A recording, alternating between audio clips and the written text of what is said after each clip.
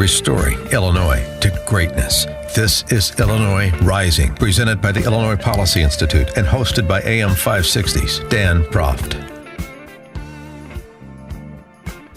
Dan Proft back on this edition of Illinois Rising with Hillary Gowans, managing editor of Illinois Policy, Illinois Policy Institute, illinoispolicy.org. And joining us now, two guests we have in studio.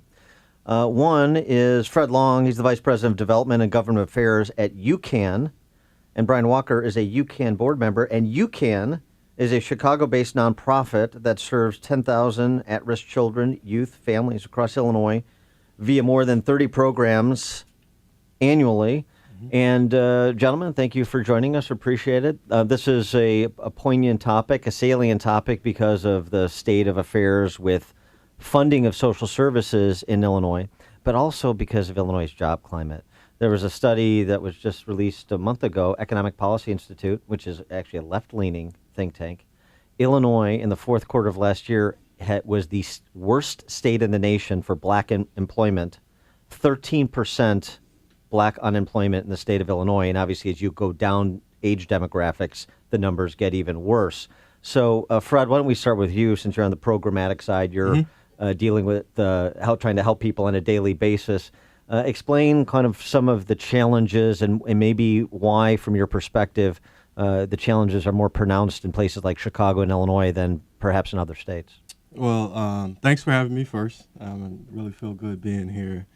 One of the things that we look at UCAN is we're founded in the church, so through the St. Paul's Church of United Church of Christ. So we were we evolved out of an orphanage back in 1869 during the Civil War. The church made a covenant to the community that the kids would be taken care of once, parents went off to, fight in the war or never came back. So our roots started in child welfare, being able to provide services to young people who didn't have parents or who didn't have supervision. So throughout the years, obviously over 150 years, we evolved to being more than the traditional child welfare orphanage, if you will. And so how we were able to sustain ourselves is we had to kind of look at innovative ways of reaching out beyond our child welfare scope.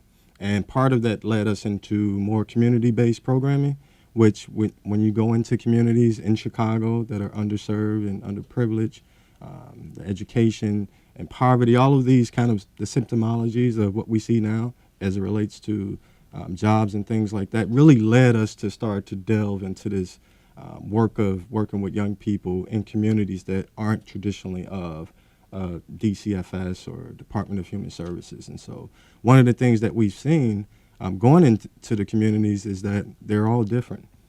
Some of them have some of the same symptoms in terms of unemployment, education, incarcerations, and all of that, the rate. And so it really led us to kind of really rethink and take what we've learned in child welfare and apply that to a different demographic. Some of the same templates, but it's really a different population that we had to really look at and serve. So Fred, UCAN is based in North Lawndale. That's a tough area of the city where there are a lot of really, really hyper-focused joblessness issues, crime issues, violence issues.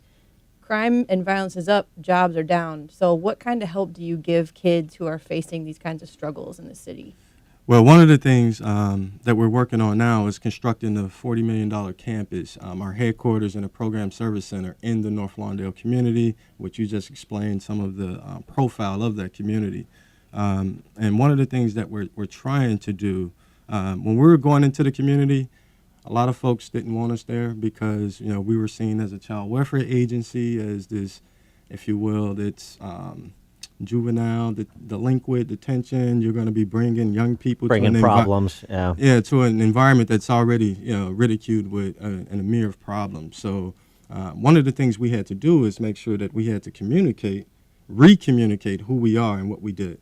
And part of that was really talking to the community, saying that we understand the need of young people and helping them to transition from their current status into providing jobs, educational endeavors and treatment around trauma and all of those things. And once we began to communicate that to the community, people really seeing us as a beacon of hope for some of the joblessness that was going on. So one of the things that we're currently involved in is funding through the city and the county level to provide summer jobs for young people. Last year in 2015, we provided over 425 youth jobs. And so that was through One Summer Chicago, one of the mayor's initiatives, and then also what they call One Summer Chicago Plus is a very similar initiative that we're the provider and subcontract through the city and the county to provide jobs for young people during the summer months. And I know Brian Walker, board member here with us, is one of those guys who can write the $40 million checks to build your community centers. We'll get to Brian in a second. But you're also a kind of a success story that you're trying to pay forward to create other success stories.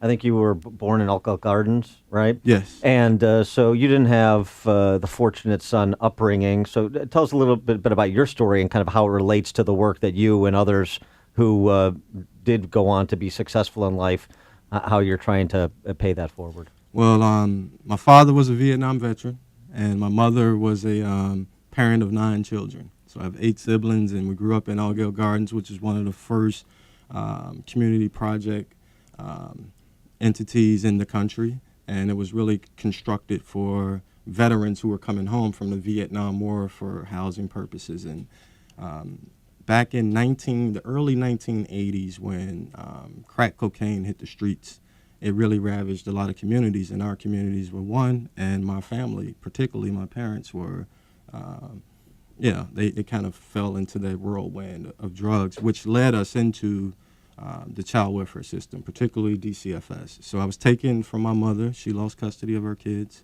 all of us, and my grandmother took us in a community that was a little north of Elk Gardens, but had some of the same symptoms in terms of violence and crack, in Roseland, which we know Roseland is it used to be a very predominant neighborhood. It was, if we think about Gately and the Pullman Porters. Yeah. So I went to Georgia and Pullman School when I was in the system, and so at the age of 10, I went into the system, and my grandmother took custody of all of us, which was very fortunate, and it was really unheard of at the time. And you guys may read about these things or see it in movies and things like that. When kids go into a foster care system, 2 kids go to Midlothian, 2 kids go to some families in Chicago, and we never see siblings again until we're older, if we're lucky. So I had the luxury of still being in the family setting, although I was in a child welfare system technically. And so at the age of 21, the state of Illinois, the legislature says that at the age of 21, all kids in the system have, to leave the system. Their terminology is emancipation. And I emancipated at the age of 21. After that, I got an internship at the agency of UCAN, which was formerly known as ULIC at the time. And they were looking at, as kids exited the system, they were leaving out some, or a large percentage, were leaving out uneducated and unemployed. And so UCAN thought, beyond what the state means are, how can we provide for this population as they're leaving us? And they created an internship program that I participated in and spent probably 14 years, was hired full-time, and I've been there probably about 14 years. And so I've come through various levels of work. So what happens to kids who have similar experiences if they don't get to find access to a job somehow? What happens to these kids? Because of the trauma that they've experienced, sometimes it's a longer road for them.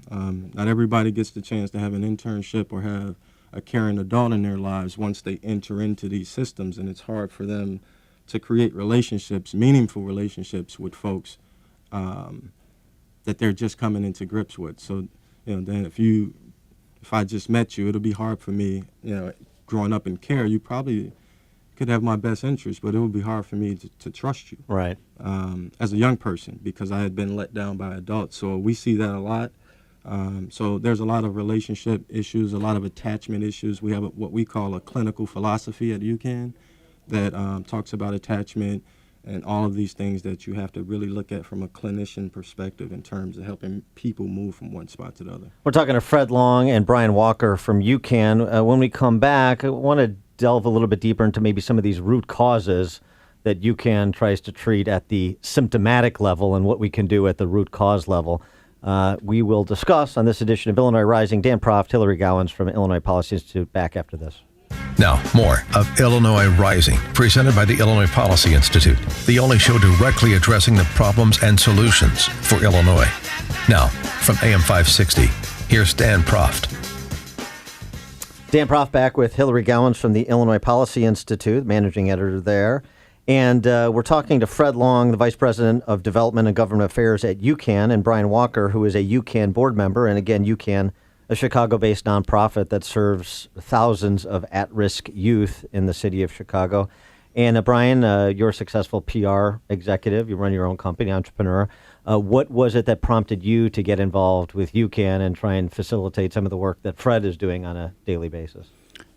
Great question. Well, they actually came to me for my professional services first. That's how I met them.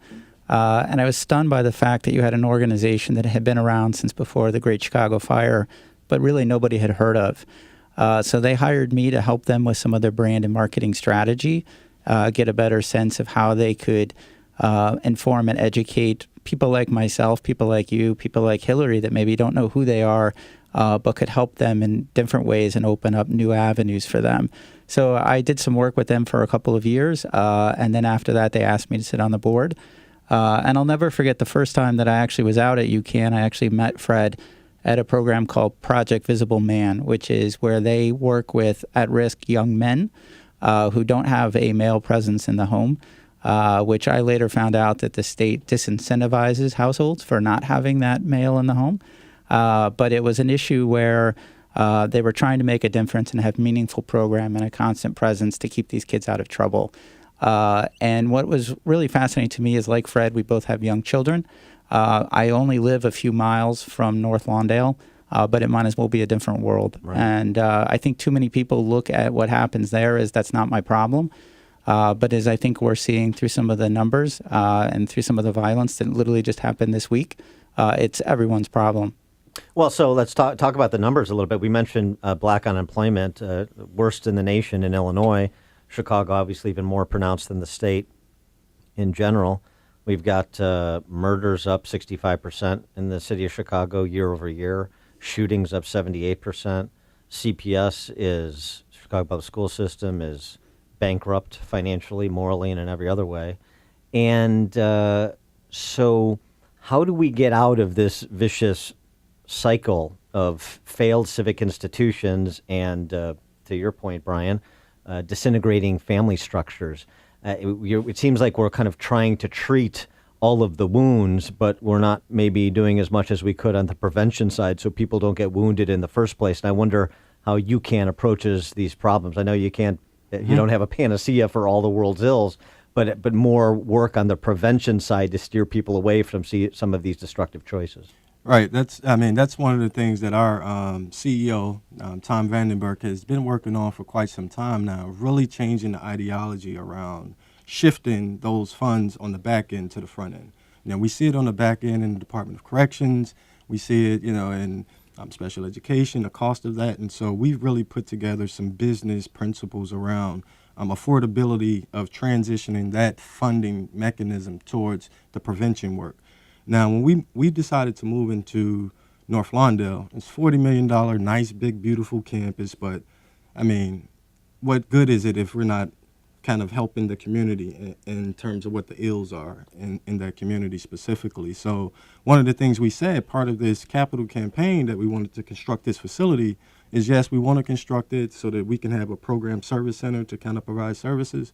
But then we also added another $7.2 million to that price tag to start to kind of look at how do we move from the end game to the prevention side. So we're doing a lot of violence prevention work in the North Lawndale community to really get young people prior to they get into some of these dire situations where guns are involved, drugs are involved. So even our service population for the community start to kind of dwindle towards an earlier age. Are some of those programs? Are you in the schools? We're in schools. We have contracts through Chicago Public Schools and other entities, and we're funded some with private. There's some private funding sources and mechanisms that we're using to go into schools and work with young people in the schools along with the faculty in the schools so that they can have an understanding of how we understand trauma from a clinical perspective.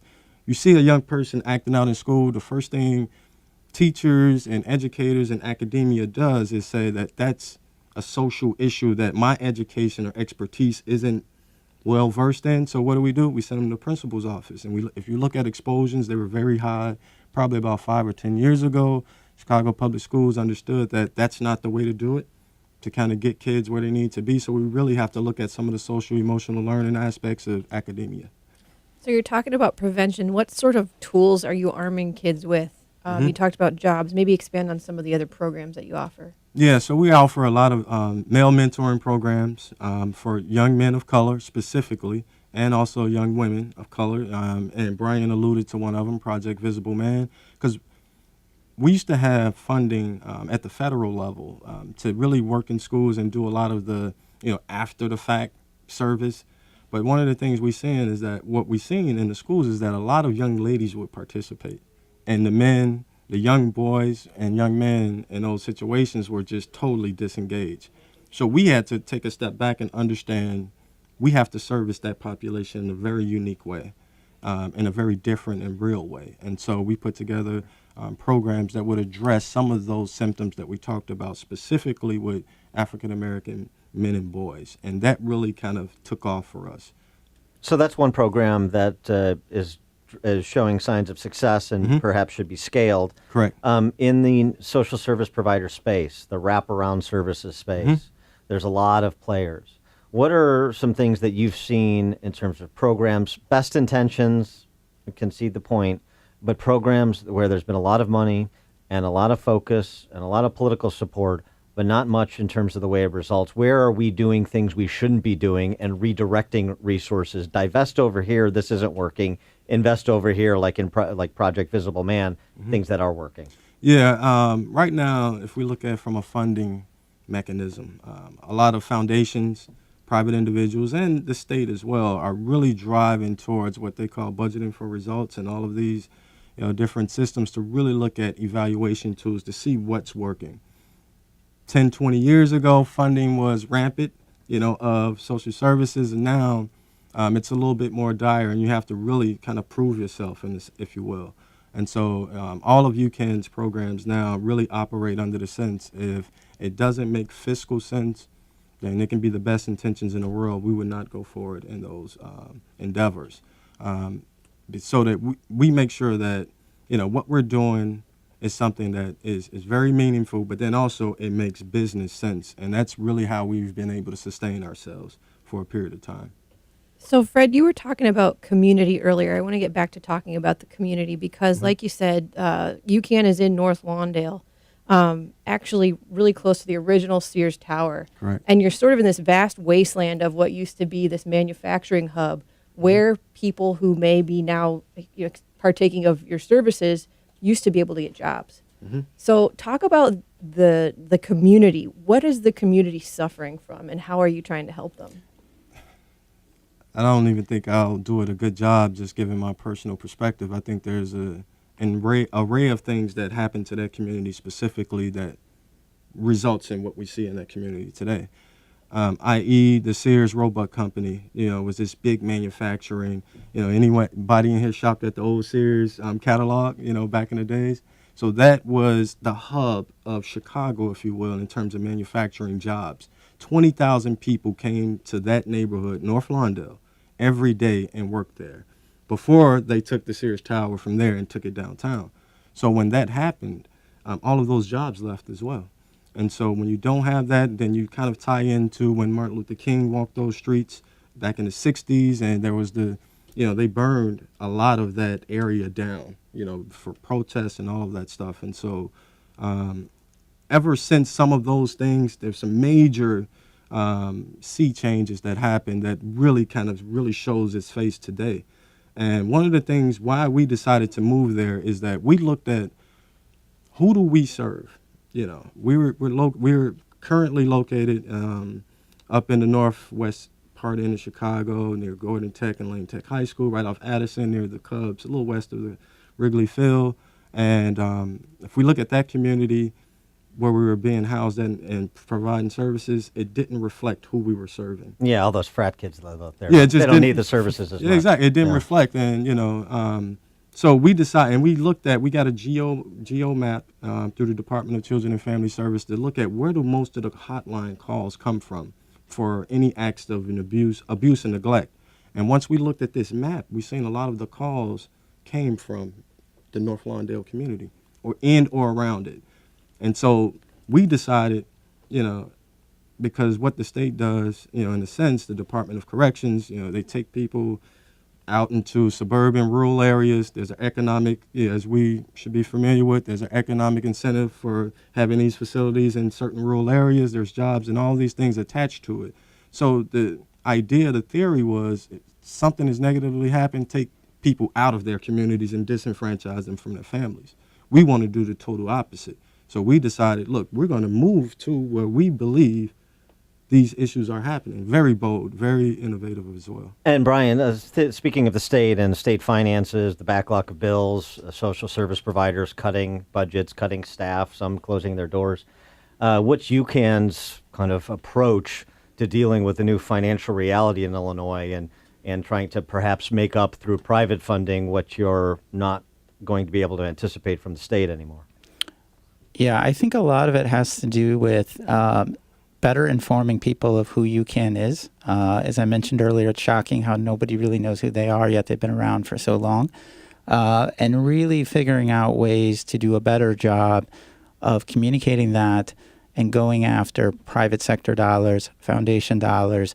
I think they recognize that UCAN is competing for the same share of wallet as a lot of other, not just social service organizations in Chicago, but a number of philanthropic causes as well. And I think having been in North Lawndale several times now, and actually stood atop the old Sears Tower looking down to the new one, or the Willis Tower, if you will, it's fascinating to me to think about all the employees at UCAN that are saying, we'll move into this horrible neighborhood because we all need to take a stand.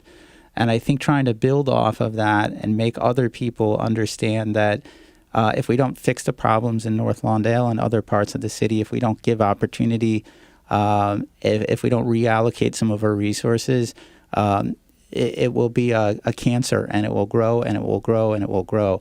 So one of the things that I'm passionate about being on the board is raising awareness to UCAN and getting more people involved that can write big checks. He's Brian Walker, board member at UCAN. Fred Long, Vice President of Government Affairs at UCAN. Brian, Fred, thanks so much for joining us. Appreciate it. Thank you. Thanks. For having us. Restoring Illinois to greatness. This is Illinois Rising, presented by the Illinois Policy Institute and hosted by AM 560's Dan Proft.